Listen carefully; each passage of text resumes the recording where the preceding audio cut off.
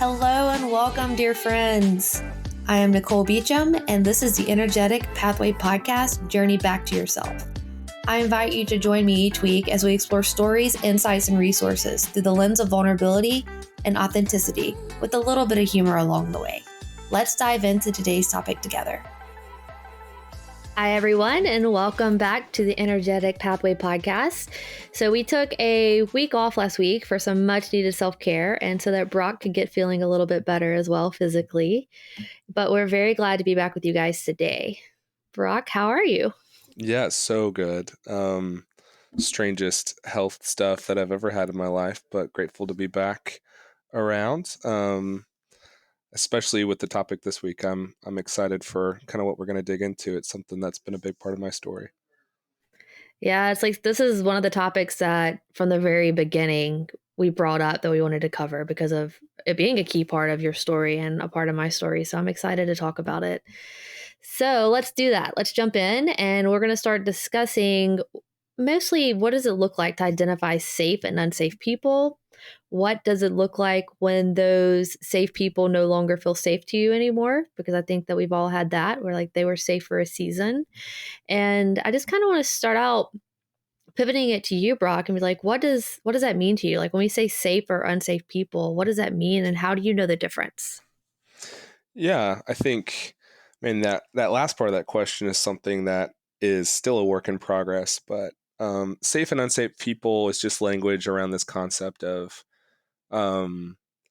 especially right in my life as a verbal processor. I love if somebody asks me a question, I will share anything that they want to hear, right? Especially early on, there was a no filter. I wanted to be honest. I wanted to be transparent. I wanted to be my true self. And just really, if somebody wanted to know what's going on in my heart, I'd share it with them because, like, hey, they care enough to ask, right? And so it just felt like if somebody asked me questions or wanted to be around, that meant that they cared and they wanted to bear my story and they wanted to be present with me. And what I've found out, right, is that's not the case, right? That there are people who I had the pleasure of being around that were safe, right? There are people that would steward that. They would keep it confidential, right? They would ask the right questions. They wouldn't change their perception of me. They wouldn't, right, try to manipulate or take control or power dynamic in a relationship. But there was sadly a lot of people that they would do that, right?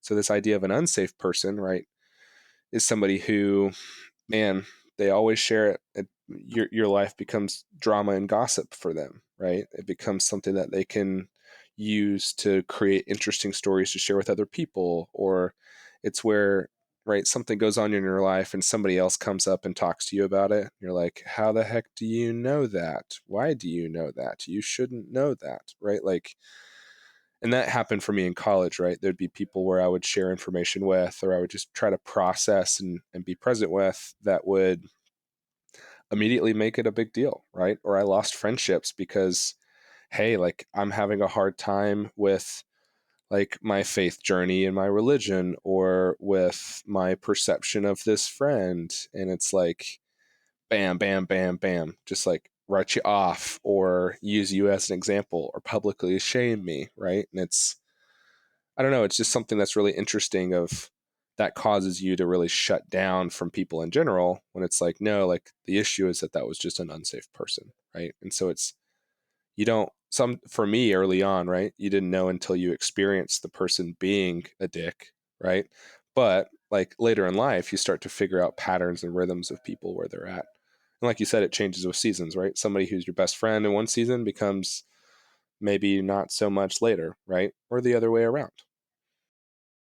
Yeah, thank you for sharing that. I think that that's true, especially the holding things in confidence. Like I think that when you're sharing with a safe person, you don't have to worry about them going and talking about it with other people. Like they don't do that, right? Like that's what makes part of the reason that makes them safe is like they don't do those things.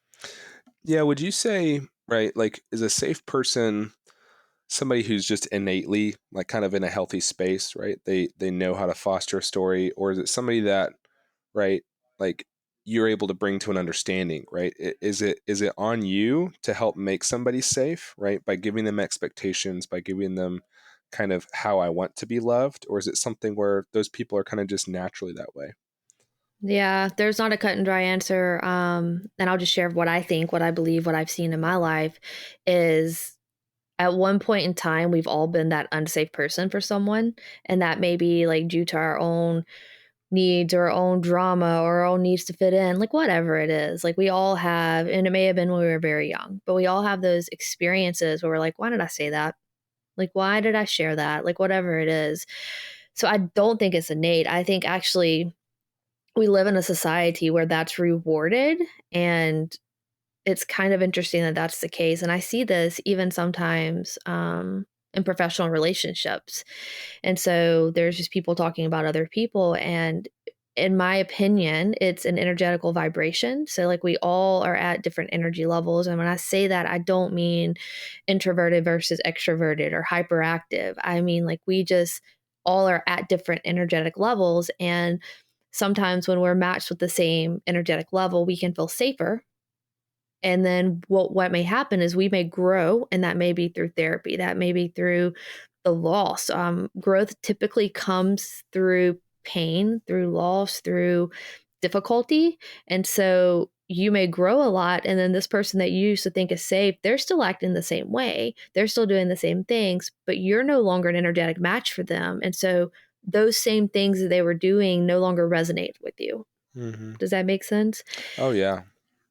So that's how I look at it. It's like there's energetic shifts all the time, and I don't think that it's like an innate thing. I think it may be easier for people who came from healthy, relationships with their family and like healthy friendships and stable environments, and it may be something that they just know because they've lived it, right, for so long that it's easier for them to hold that safe space. But at the same time, I've seen people that came from those type of environments that can't hold safe space. So it really just depends on the person and how far along they are on their own healing journey. Yeah, and I think that's a really good point, right? Like, I think there's some times where it can be a general painting of a person, right, as safe or unsafe. But like that language that you're talking about, this energy, right?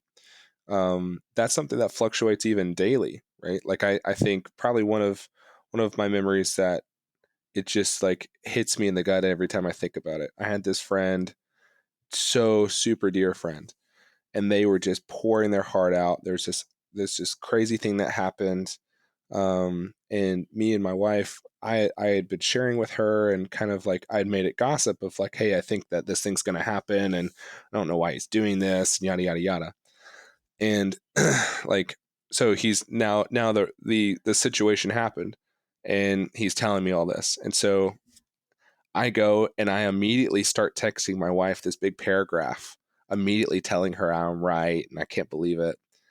And he sends a message to me, "Hey, please don't tell anybody." And I hit send on my message. Well, guess who I sent my message to? I sent it to him.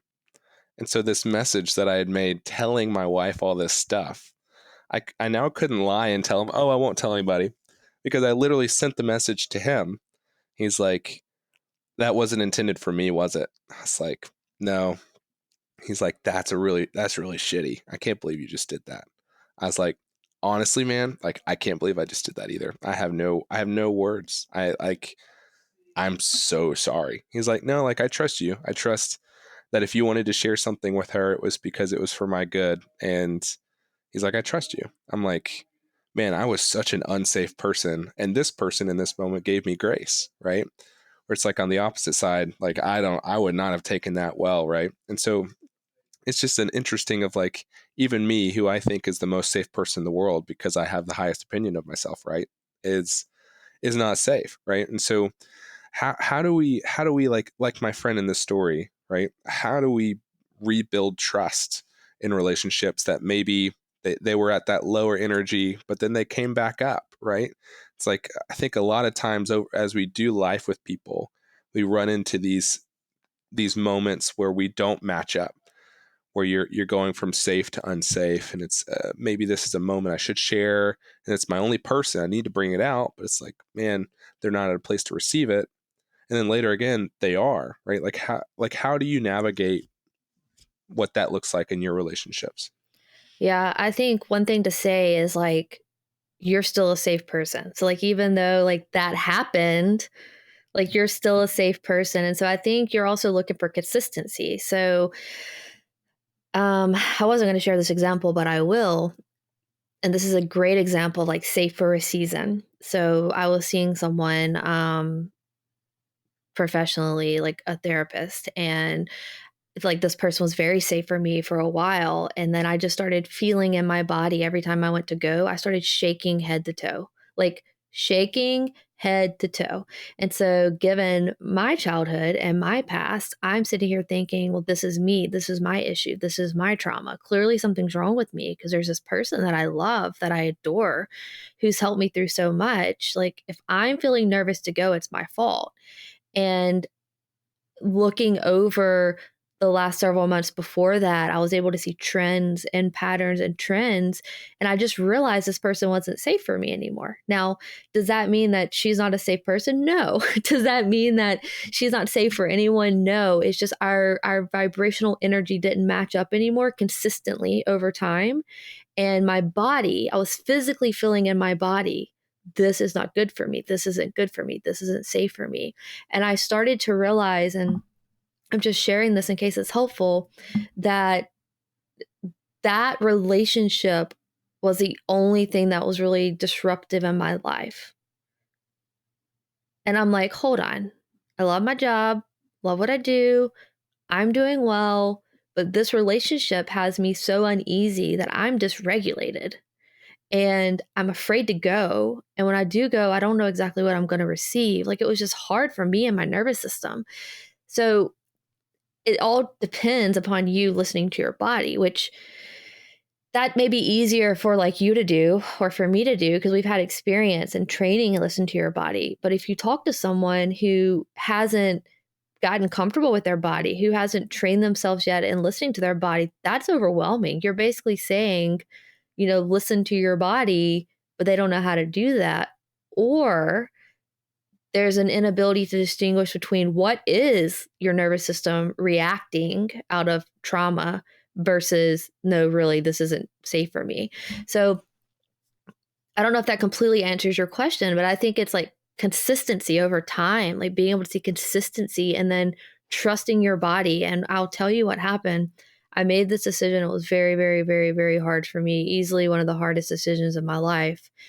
And I have not been dysregulated since. Now, I'm not going to say I haven't had grief because I have. It's painful, it's sad, but I've known to my core it was the right decision the entire time.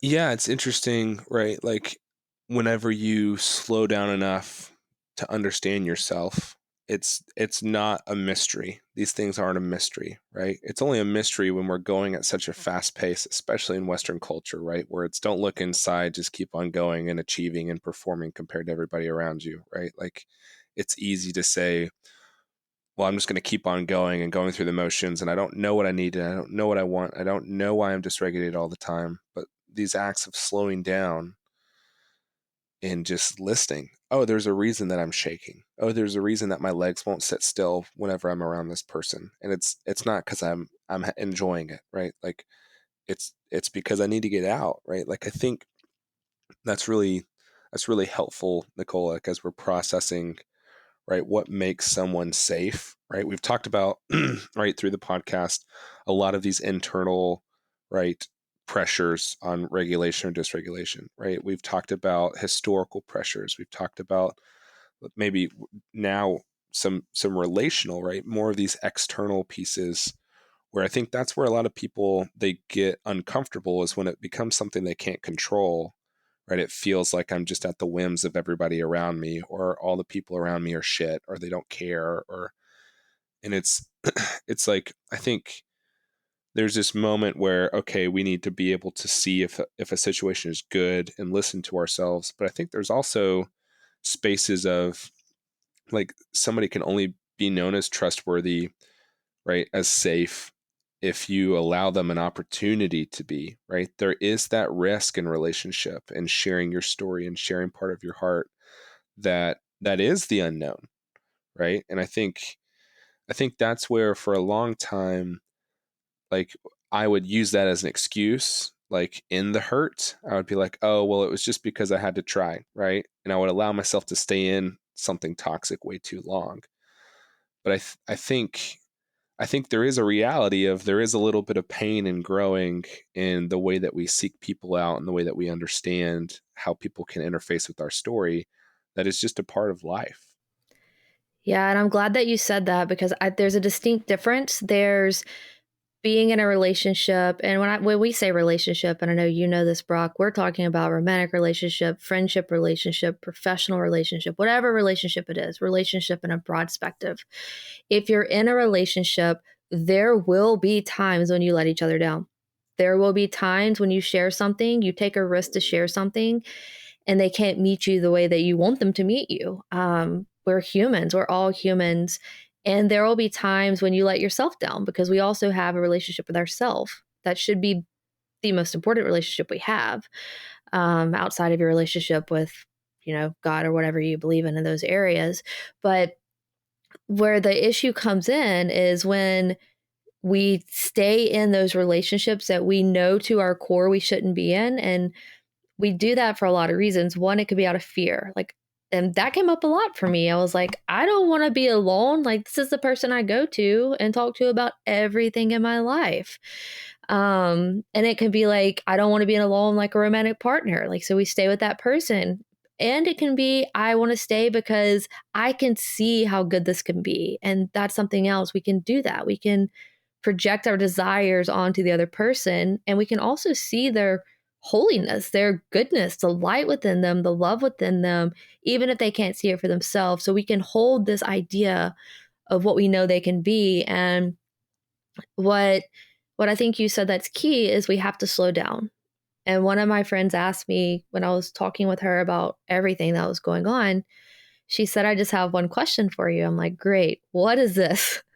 And she said, have you ever left a relationship too soon? And I'm like, no, I've left like many years too late. So it's That like, that's a wise question. yeah. And immediately I was like, no, I can trust myself. And that's the thing. We are all different. And there are people that I do not consider to be safe for me. And I don't try to spend time around them. And I'm not saying they're not safe for other people, but they're not safe for me. They're not who I need to be around. They pull my energy down. And so I think that's something that we kind of look at is like when we all have people like this, when certain friends message you and they ask to go to dinner, stop, pause, and see what your body says. That'll start giving you an indication of the real nature of that friendship and whether or not it's truly, again, nothing wrong about this person, in alignment with you and where you are. Yeah, that's super challenging, because I know the exact emotions that you're telling us about, right? And I've gone to those dinners, and it's I think I think the thing that's interesting for me, right, is when I see, right, this concept of unsafe people, right? With an individual, it's easy to ghost people these days, right? You can say I'm too busy, you cannot respond to a text, right? And sometimes that's malicious and sometimes it's not. People just forget, right? But you can kind of distance yourself from someone if they're unsafe. But it's whenever it's a group of people, right? Whenever it's a friend group or it's family, right? Family members a lot of times, right? Things that you can't escape or things that are just this culture that you're surrounded by, right? It becomes a lot harder to get out. Peer pressure is a real thing, right? Like, what You does can't that look escape it. like?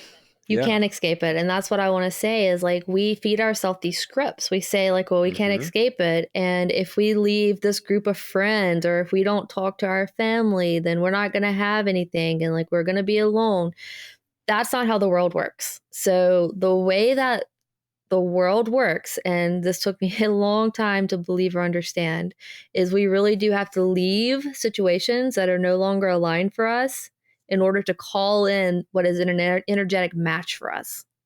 So, and I hate to say this because I used to hate hearing this.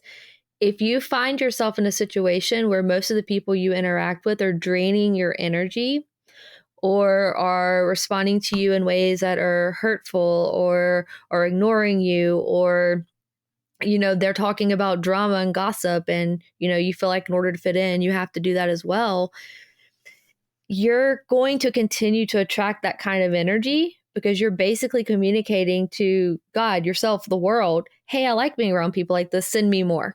Send me more of this. So until we get right with ourselves and be like, no, I'm not doing that. And I'm here to say that involved me walking away from most of my family. That involved me going through a divorce. That involved me leaving a therapist who was like a mom. Like, these aren't easy paths, but it's like the peace you feel when you do that, when you honor yourself, is so much better than what you're doing, which is abandoning yourself over and over again in these relationships. Yeah, and I think, like, I always want to echo that too, that like it doesn't have to stay that way. Like, we choose for things to stay, and you can choose differently.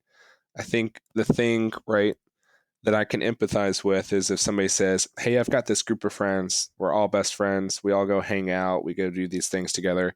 But there's that one girl in our group, right? There's that one guy in our group that, man, I just wish they didn't show up, right? Like, I've heard that story over and over again, right? What would you say for a person in that position, right, where a safe space, lots of people that they love and that are connected to, becomes tainted by something, but the value of giving that space up just doesn't feel like it's worth giving away, right? Like, how would you navigate a situation like that?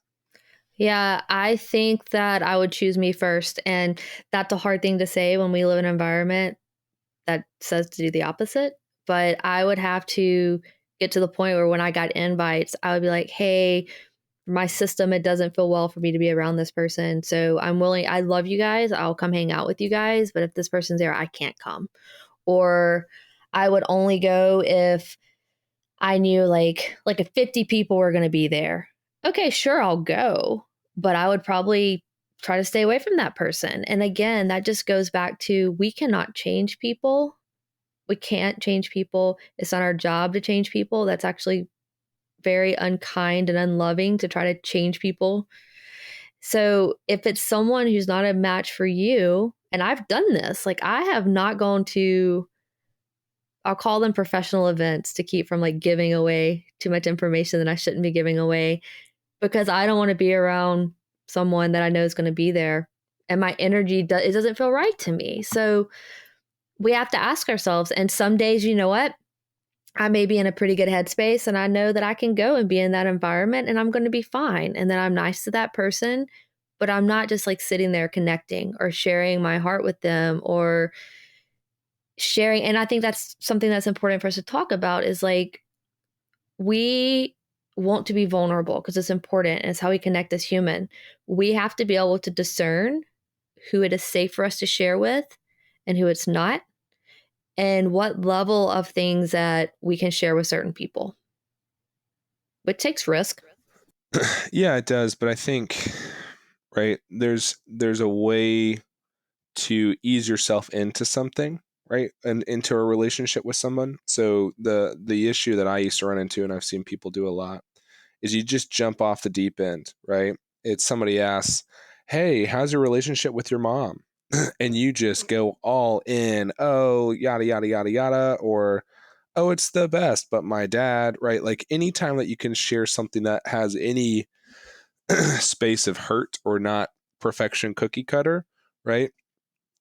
If it's an unsafe person, that's going to become a narrative about you that now everybody knows and now is twisted, or even is just maybe like unhelpful for that person to know because they're not at a space to be healthy to receive you, right? And it's there's this girl in college that would always ask every single question she could ever think of to ask to me. Um, and eventually I realized it had nothing other than to do with that she wanted to see that she was better than me and doing better than I was.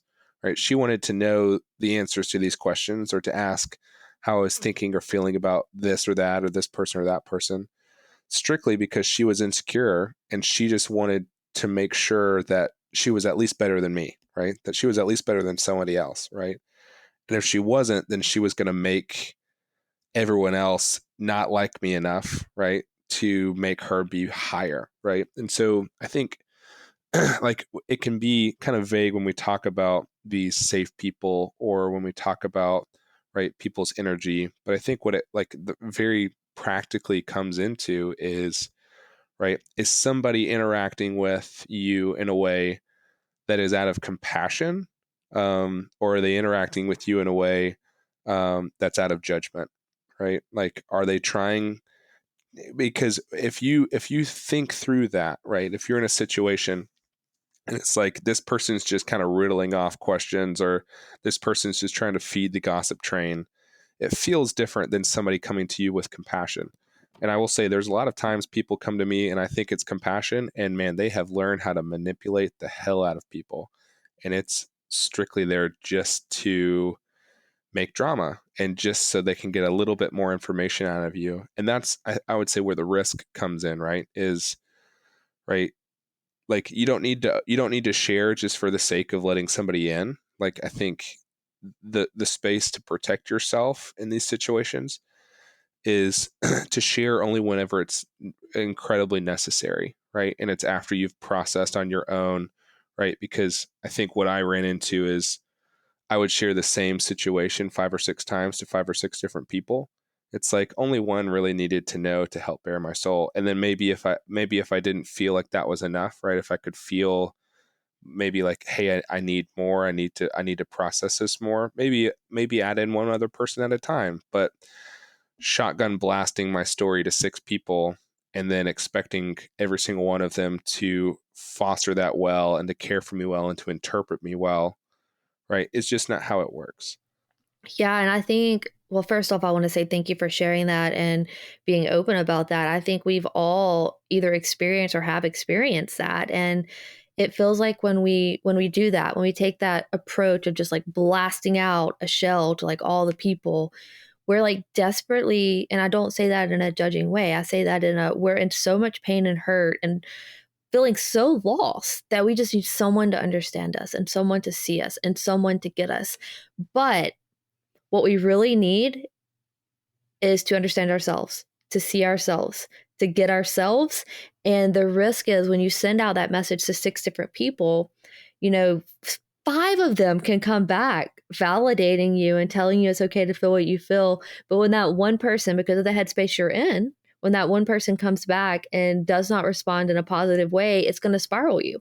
You're going to latch on to that one thing that that one person said. And this happens to every human that exists in the world.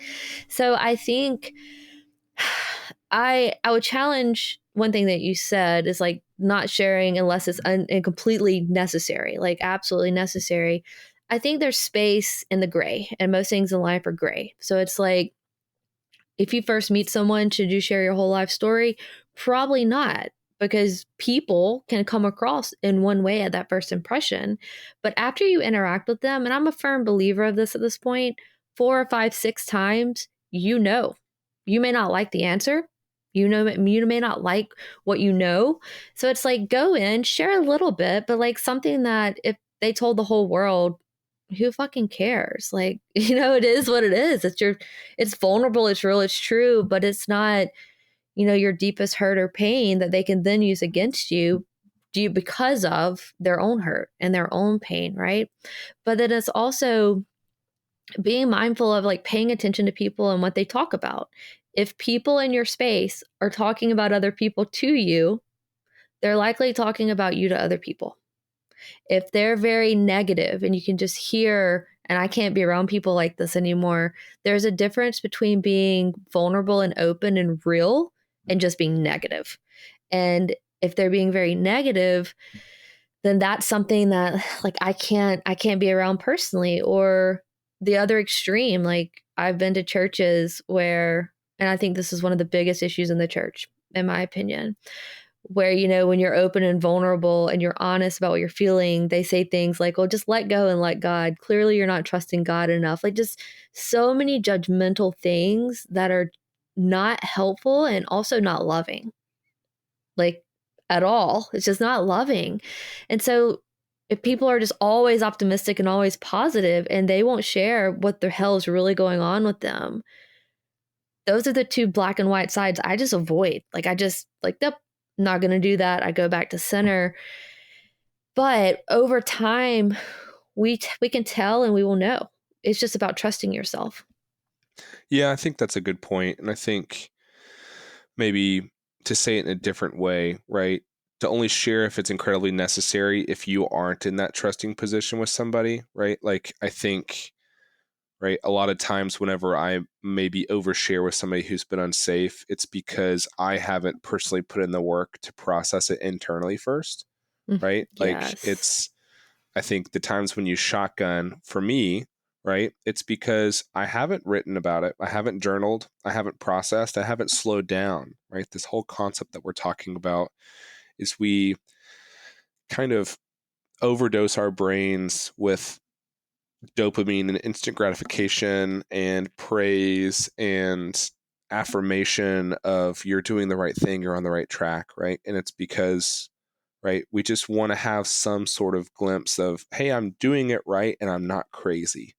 And at the end of the day, right, if we don't come to that reality in of ourselves, right, like we're not going to get fulfillment from that from other people from the outside, right?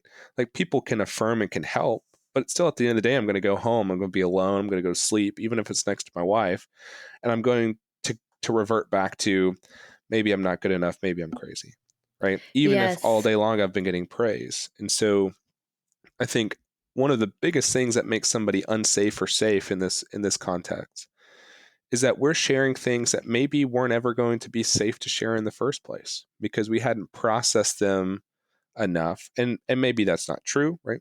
Again, like I think it's all a journey of understanding and figuring out like what we actually need, what we're looking for, what we want from people.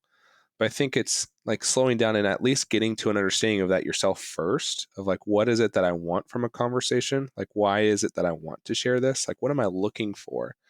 Right? It helps us to understand when to cut a conversation because, hey, this isn't good for me. It's not safe. Or understand, hey, I need to really share this because it's something I need in this moment. It's something my body's telling me, hey, I need to go forward into. Yeah, I think that I meant to go back to that when you made that point earlier. Yes, I think it's incredibly of the most vital importance for us to go inward. Now, we may not go inward, and this is going to vary depending on certain people and their views and their life and their experiences. We may go talk to our best friend and then go inward. Or for external processors, it may be like I'm processing with someone and I'm able to things click as that processing's happening. But regardless, you have to stop. You have to go inward. You have to go and slow down. And I think the big issue that we have in our society is not just instant gratification. Like we want a pill to fix stuff, and like that's not how this works. Like you can't take a pill and heal from just the trauma of living in a life. Like you can't do that. Like we're in these bodies around a bunch of other fallible humans in bodies. So we can get that instant gratification, but more than that, we look to other people to provide only what we can provide to ourselves. If you have a fear of being abandoned, the person you really are afraid is going to abandon you is yourself. If you have a fear of not being heard, of being misunderstood, the person you're really afraid is not going to see you or hear you or understand you is yourself. And if you have those fears, it's because you have abandoned yourself. You have, at times, not listened to yourself. You have doubted yourself. You have questioned yourself. And so the first step is like looking at the little part of you. So, like, a lot of times I imagine this is like my 4-year-old self, and I have a picture of my 4-year-old self sometimes that I'll look at and I'll be like, I am so sorry. I am sorry that I abandoned you in this situation. I love you. I'm here for you. Please forgive me. I'm going to try not to do that again. What do you need to tell me? And then a lot of times in your head, it's not like the picture starts talking to you, right? That would be really weird. But in your head, you can hear, well, man, right now, I just want someone to tell me they love me. Well, that's when I get to be the parent to myself and say, I love you. I'm not going anywhere. And it's okay if you don't believe that right now. It's okay if you don't trust that right now, because I'm going to show you over time. Man, that's so good. That's so good. I think like my question to you and all of that, right, is what finally gets you over the hump, right, of feeling like you're not powerful enough to do some of these things, to go internal, to to call out and to not show up to friends things because of somebody that's unsafe, right? All these things take a lot. They feel uncomfortable. They feel maybe like, oh, it's not that big of a deal, right? Like how does somebody who's kind of sitting there not feeling like they can, like they're strong enough to do these things, right? Like the reason they share with somebody that's unsafe is because it all they can do is speak the words. They don't have any energy to do anything else, and they keep on getting smacked down. Right? What are the first steps to start to kind of get out of the funk here? Yeah. So there's a lot of things here. And one is I would say that the energy is actually being blocked and tied down and being drained from you because of all the people that you're around, which is like that's the part of it is. And there's a quote, and I don't know the quote, and I just went to look it up and kind of felt at that, but it's basically how the risk and the pain it takes to remain tight in a bud is nothing compared to the beauty of basically blossoming. So it's harder to stay tight in that bud, to stay tight in your scripts, to stay tight in those situations that you shouldn't be in. It's more painful. And if you're feeling like you don't have the energy, if you're feeling like you can't do it, it's because you're in that deep, deep, deep pain. And your life is going to keep bringing you that deep pain until you choose to honor yourself and to liberate yourself. Because we're all looking for freedom and peace, but we can only do that for ourselves. So it's a decision point. It's literally a decision point. And then slowly, one step at a time, one decision at a time, is what we talked about earlier on. How do I feel right now? What do I really need right now? Oh shit, I went to that dinner and I shouldn't have. Let me look at my little girl inside of me, ask her how she feels that I made that decision, and be with myself. Hold those feelings, let them be there, witness them almost like they're on a television screen. So you don't become that feeling. You're just witnessing it as if it's your kid or a friend of yours sharing what they're going on with. But I think that goes back to the very beginning of this, which is like safe or unsafe people. You cannot truly be safe for someone else if you're not truly safe for yourself. So you have to be able to hold safe space. And that means to be able to sit in hard feelings where someone else is uncomfortable, where you may also feel uncomfortable without trying to fix it. Because we just need people in it with us. And our little younger selves, that person that's hurt or upset inside of us, they just need us to be with them. They don't need us to fix it. They just need us to hear them, listen to them, care about them, and then start taking one slow step at a time in the right direction of honoring ourselves.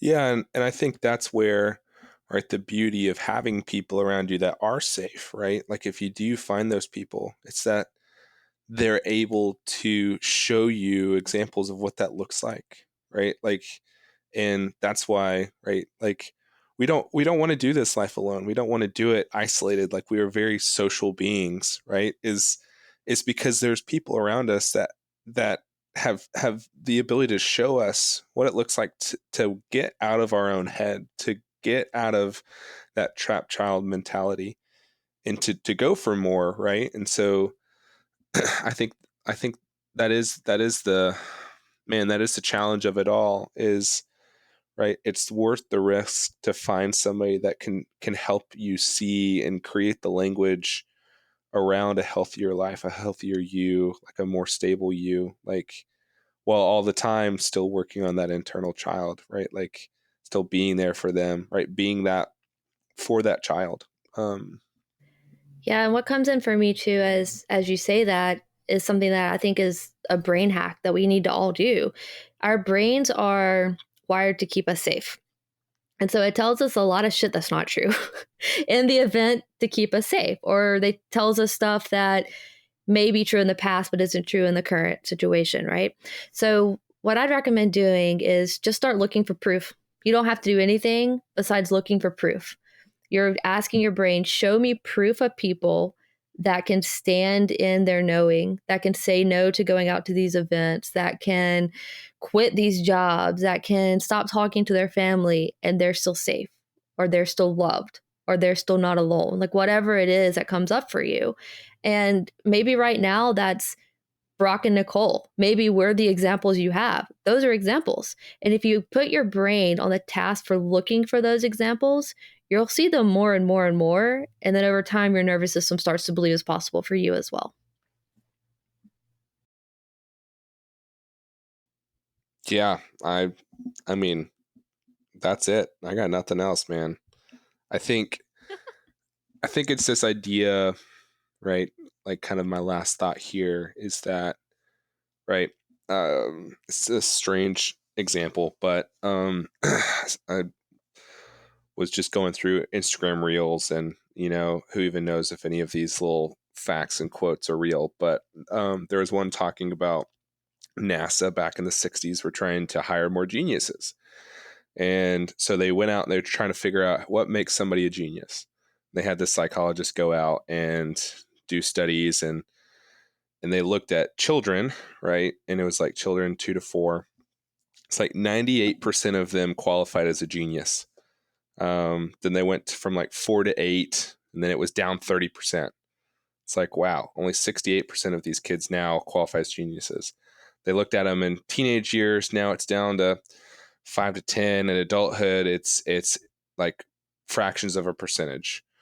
And so one of the hypotheses that came out of that was that as we age, right, we're de-incentivized to use our imagination, to trust ourselves to solve a problem, because the way that they quantified somebody as a genius is they're able to use their imagination to solve complex problems, right, that they've never seen before.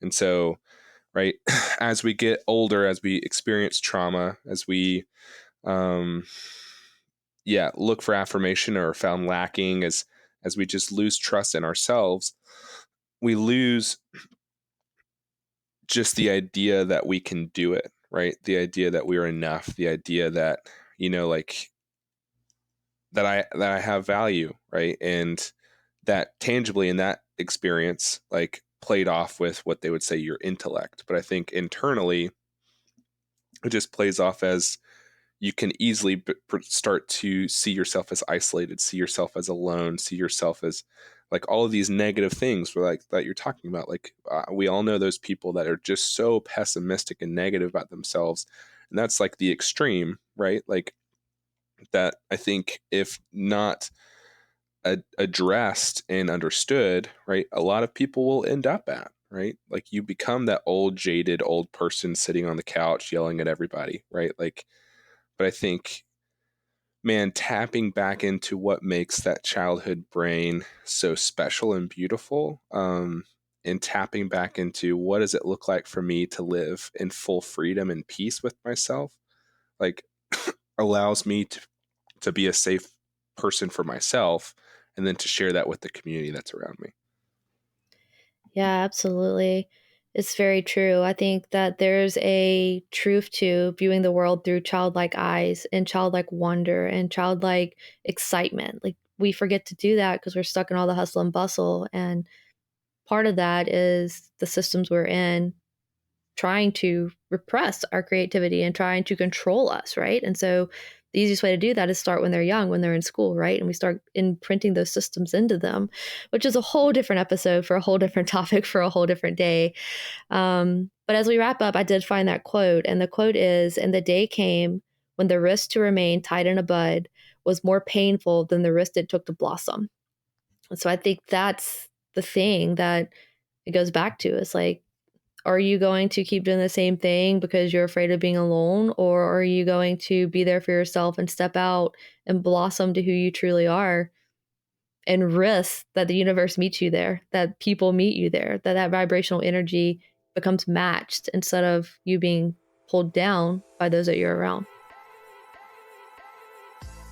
Yeah, I think that's how we end it. I think, right, this idea that not only is there a time where it changes, but it's always more painful to be the bud. Like it's always more painful to not evolve into it.